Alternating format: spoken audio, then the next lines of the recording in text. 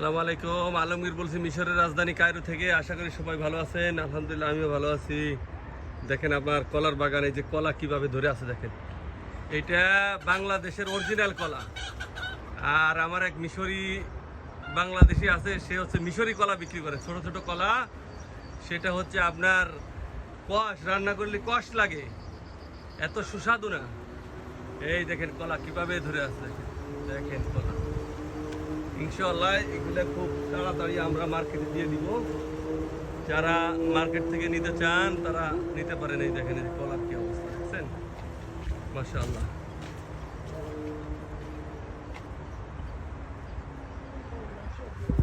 সালামু আলাইকুম। আলমগীর বলছি মিশরের রাজধানী কায়রো থেকে। আশা করি সবাই ভালো আছেন। আলহামদুলিল্লাহ আমিও ভালো আছি। দেখেন আপনার কলার বাগানে যে কলা কিভাবে ধরে আছে দেখেন।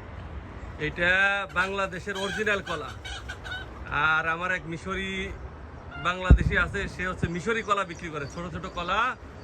সেটা হচ্ছে আপনার কষ, রান্না করলে কষ লাগে, এত সুস্বাদু না।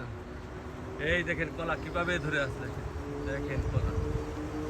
ইনশাআল্লাহ এগুলো খুব তাড়াতাড়ি আমরা মার্কেটে দিয়ে দিব।